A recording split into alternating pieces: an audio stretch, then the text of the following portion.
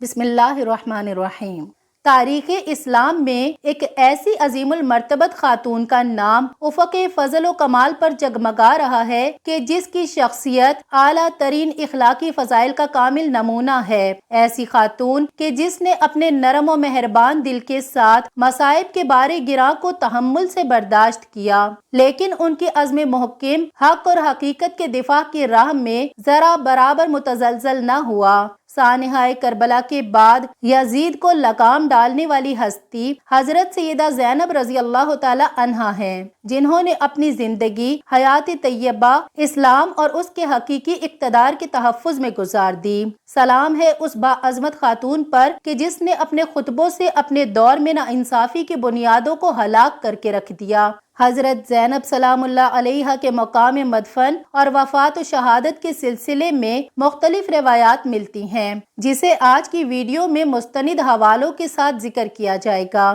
زینب سلام اللہ علیہا کو محمد صلی اللہ علیہ وآلہ وسلم کی زیارت کرنے اور ان سے سیکھنے کا موقع ملا۔ جب وہ 7 سال کی تھیں تو ان کے نانا محمد صلی اللہ علیہ وآلہ وسلم کا انتقال ہو گیا۔ حضرت زینب رضی اللہ تعالی عنہا 5 جمادی الاول سن 5 ہجری یا 6 ہجری کو اس دنیا میں تشریف لائیں۔ ایک روایت کے مطابق آپ کی ولادت باسعادت شعبان 6 ہجری کے ابتدائی دنوں میں ہوئی۔ حضرت زینب رضی اللہ تعالی عنہا کے والد گرامی امیر المومنین حضرت علی رضی اللہ تعالی عنہ اور آپ کی والدہ ماجدہ سیدۃ النساء العالمین حضرت فاطمہ سلام اللہ علیہا ہیں۔ آپ کو ایسے عظیم والدین ہونے کا شرف حاصل ہے کہ جن کی مثل پوری کائنات میں کوئی نہیں ہو سکتا۔ جب حضرت زینب رضی اللہ تعالی عنہا اس دنیا میں تشریف لائیں تو حضرت فاطمہ الزہرا رضی اللہ تعالی عنہا انہیں حضرت علی ابن ابی طالب علیہ السلام کے پاس لے کر آئیں اور ان سے فرمایا کہ آپ اس بچی کا نام رکھیں۔ تو حضرت علی کرم اللہ وجہ الکریم نے فرمایا کہ میں اللہ کے رسول صلی اللہ علیہ وآلہ وسلم سے پہلے اس کا نام نہیں رکھ سکتا۔ اور پھر جب آپ صلی اللہ علیہ وآلہ وسلم تشریف لائے تو انہوں نے فرمایا کہ ابھی جبرائیل امین علیہ السلام آئے ہیں اور کہا ہے کہ اس بچی کا نام زینب رکھو۔ اللہ سبحانہ و تعالی نے بھی اس بچی کے لیے یہی نام منتخب کیا ہے۔ جب حضرت زینب رضی اللہ تعالی عنہا بڑی ہوئیں تو حضرت امیر المومنین نے ان کی شادی اپنے بھتیجے عبداللہ بن جعفر طیار کے ساتھ کر دی اور ان کا حق مہر حضرت فاطمہ الزہرا کے حق مہر کی طرح 480 درہم قرار پایا۔ امیر المومنین حضرت علی علیہ السلام نے حق مہر کی رقم اپنے ذاتی مال سے جناب عبداللہ بن جعفر طیار کو ہبہ کی۔ جناب عبداللہ ان لوگوں میں شامل ہیں کہ جنہیں لوگ سخاوت، اعلیٰ نسب اور بلند ایمان کے حوالے سے جانتے ہیں، اور بہت زیادہ سخاوت کی وجہ سے لوگ آپ کو بحیرہ الجود کے لقب سے یاد کرتے تھے۔ روایات کے مطابق حضرت زینب رضی اللہ تعالی عنہا کی اولاد درج ذیل ہے: جناب علی، جناب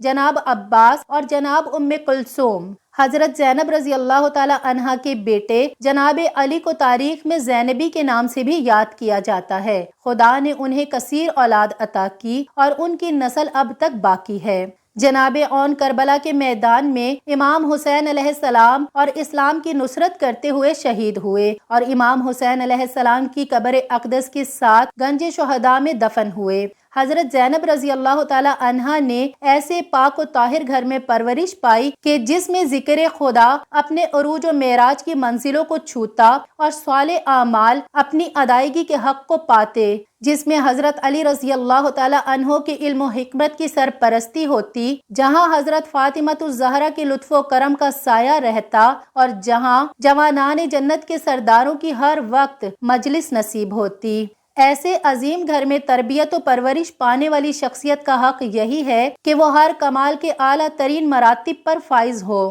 یہی وجہ ہے کہ حضرت زینب رضی اللہ تعالی عنہا میں وہ تمام اعلیٰ صفات، کمال اور فضائل پائے جاتے تھے کہ جن کی نظیر کسی بھی خاتون میں ملنا ناممکن ہے۔ انہی فضائل و مناقب کی وجہ سے آپ کو صدیقۃ الصغریٰ، عقیلہ، بنی ہاشم، موثقہ، عارفہ، کاملہ، عابدہ، آل علی اور بہت سے دوسرے القابات سے یاد کیا جاتا ہے۔ اس میں کوئی مبالغہ نہیں ہے کہ بھائی بہن کا جو عظیم تعلق امام حسین علیہ السلام اور حضرت زینب رضی اللہ تعالی عنہ کے درمیان موجود تھا، نہ تو ایسا تعلق تاریخ میں پہلے کسی بہن بھائی میں تھا اور نہ ہی قیامت تک کسی بہن بھائی میں ہوگا۔ اور ایسا کیوں نہ ہو، دونوں نے ایک ہی آغوش میں پرورش پائی اور دونوں ایک ہی شجر کی دو شاخیں ہیں۔ روایت میں ہے کہ حضرت زینب رضی اللہ تعالی عنہا کے اس دنیا میں آنے کے بعد ایک دن حضرت فاطمہ الزہرا اپنے بابا رسول خدا صلی اللہ علیہ وآلہ وسلم کے پاس گئیں اور ان سے فرمایا، اے میرے بابا جان، میں زینب میں ایک عجیب چیز دیکھتی ہوں۔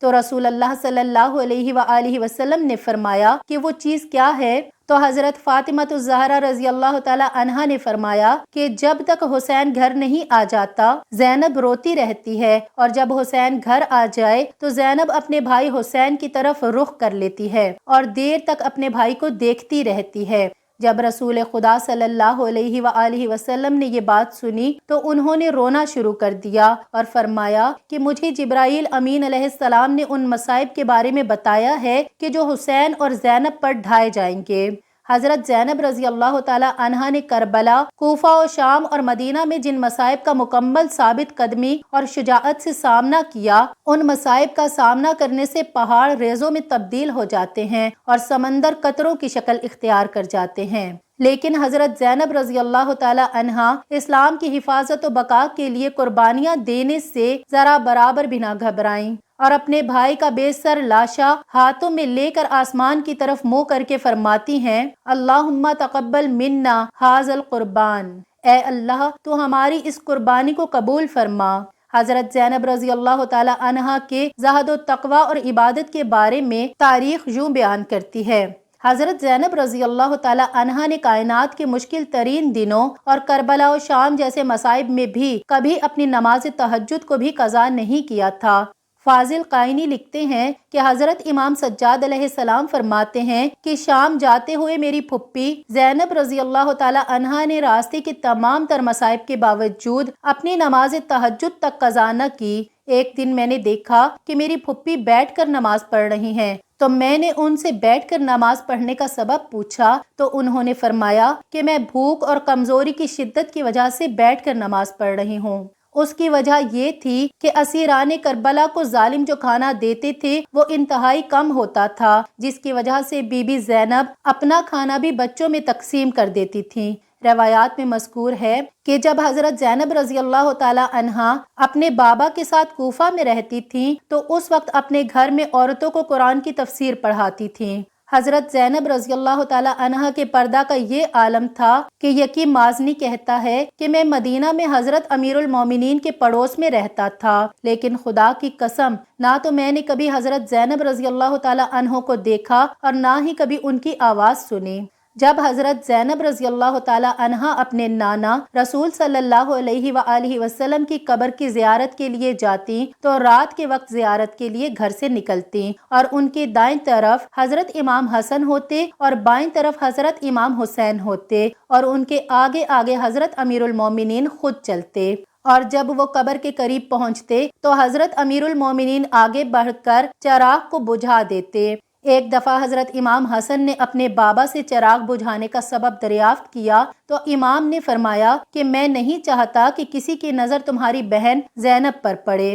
حضرت زینب رضی اللہ تعالی عنہا کو ایسے المناک اور پردرد مصائب کا سامنا کرنا پڑا کہ جس سے کم سن بچے کے بھی بال سفید ہو جاتے ہیں۔ ملکہ کائنات کی اس عظیم بیٹی نے اپنے تمام عزیزوں کو یکے بعد دیگرے شہید ہوتا ہوا دیکھا۔ رسول خدا صلی اللہ علیہ وآلہ وسلم اور اپنی والدہ حضرت فاطمہ الزہرا کے رخصت ہونے کے بعد پھر اپنے بابا حضرت امیر المومنین حضرت علی رضی اللہ تعالی عنہ کے سر پر لگنے والی ضرب اور شہادت کا دکھ برداشت کرنا پڑا، اور اس کے کچھ عرصے بعد اپنے مسموم بھائی حضرت امام حسن علیہ السلام کی شہادت اور ان کے جنازے پر لگنے والے تیروں کو دیکھا، اور پھر کربلا کے میدان میں اہل بیت پر ہونے والے کائنات کے سب سے بڑے مظالم کی گواہ بنی، اور رسول خدا صلی اللہ علیہ وآلہ وسلم کی نواسی ہونے کے جرم میں قید و بند کی مصیبتوں کو بھی برداشت کیا۔ لیکن ان تمام مصائب کے باوجود اپنے موقف پر ایسے ثابت قدم رہیں کہ پہاڑ اپنی جگہ سے ہلتے ہیں تو ہل جائیں، لیکن رسول کی نواسی کی ثابت قدمی میں ذرہ برابر فرق نہ آیا۔ اپنی گفتار اور سیرت میں ایسی شجاعت اور دلیری سے کام لیا کہ لوگوں کو حضرت علی بن ابی طالب کی شجاعت یاد آ گئی۔ صبر اور دانائی میں اپنی والدہ حضرت فاطمہ الزہرا رضی اللہ تعالی عنہا کی شبیہ بن کر تاریخ کے صفحات پر ظاہر ہوئیں۔ حضرت زینب رضی اللہ تعالی عنہا نے اپنے وقت کے سب سے بڑے حکمرانوں اور فرعونوں کے سامنے یوں گفتگو کی کہ آج بھی لوگ یہ سنتے ہیں کہ اپنے تمام عزیزوں کی شہادت اور اتنی زیادہ مشکلات کا سامنا کرنے کے بعد بھی ایک خاتون کس طرح سے ایسے عظیم خطبے دے سکتی ہے۔ حضرت زینب رضی اللہ تعالی عنہا نے اپنی قوت گفتار کے ذریعے کوفہ و شام میں ہر بولنے والے کو خاموش کر دیا اور اپنے خطبوں کے ذریعے امام حسین علیہ السلام کی مظلومانہ شہادت اور اہل بیت کی عظمت کو دنیا تک پہنچایا، اور یزید اور اس کی طرح کے موجودہ اور سابقہ ظالم حکمرانوں کی منافقت اور اسلام دشمنی کا پول دنیا کے سامنے کھول کر رکھ دیا۔ یہ حضرت زینب رضی اللہ تعالی عنہا کے کوفہ و شام میں دیے گئے خطبے ہی تھے کہ جنہوں نے یزیدی حکومت کی جڑوں کو ہلا کر رکھ دیا اور یزید ملعون جیسا دشمن اسیران کربلا کو واپس مدینہ بھیجنے پر مجبور ہو گیا۔ حضرت امام حسین علیہ السلام کی المناک شہادت کے بعد حضرت زینب رضی اللہ تعالی عنہا کی آنکھوں سے نہ تو کبھی آنسوؤں کا بہنا رکا اور نہ ہی ان کے غم میں کوئی کمی آئی، اور نہ ہی کربلا اور کوفہ و شام میں لگنے والے دل کے زخم محو ہوئے۔ روایت میں ہے کہ جب حضرت زینب رضی اللہ تعالی عنہا نے 62 ہجری کو مدینہ سے شام کا سفر کیا تو راستے میں ایک درخت کے پاس سے گزری کہ جس پر ظالموں نے اسیران کربلا کا قافلہ لاتے ہوئے امام حسین علیہ السلام کا سر اقدس لٹکایا تھا۔ اس درخت کا دیکھنا تھا کہ وہ تمام مصائب پھر سے آنکھوں کے سامنے آ گئے کہ جن کو حضرت زینب رضی اللہ تعالی عنہا نے دیکھا تھا، اور کربلا کے دیے ہوئے تمام زخم دوبارہ تازہ ہو گئے۔ حضرت زینب رضی اللہ تعالی عنہا اپنے بھائی امام حسین علیہ السلام کی شہادت کے تقریباً 2 سال بعد 15 رجب المرجب 62 ہجری اپنے خالق حقیقی سے جا ملی۔ آپ کی قبر کے بارے میں سب سے قوی اور مضبوط روایت یہی ہے کہ کربلا سے مدینہ پہنچنے کے بعد کچھ عرصہ آپ نے وہاں قیام کیا، اور پھر محرم 62 ہجری میں آپ نے پھر سے اپنے بھائی امام حسین علیہ السلام کے مشن کو دنیا عالم میں پھیلانے کے لیے اس دنیا کے دارالخلافہ دمشق کا رخ کیا۔ یزید کو جب آپ کی دمشق میں موجودگی اور یہ پتہ چلا کہ سیدہ زینب رضی اللہ تعالی عنہا یزید کے خلاف عوام الناس کی عورتوں کو خطبے دے رہی ہیں تو اس نے آپ کو زہر دلوا کر شہید کر دیا، اور کچھ روایات میں آیا ہے کہ آپ کو محل میں نظر بند کیا گیا جہاں پر آپ کی وفات ہوئی، جبکہ ایک روایت یہ ملتی ہے کہ آپ مدینہ سے ابھی دمشق کی سرحد پر پہنچی تھیں اور آپ اپنے کربلا سے دمشق اور دمشق سے مدینہ کے اذیت ناک سفر کو یاد کر کے اتنا روئیں کہ آپ کی روح پرواز کر گئی،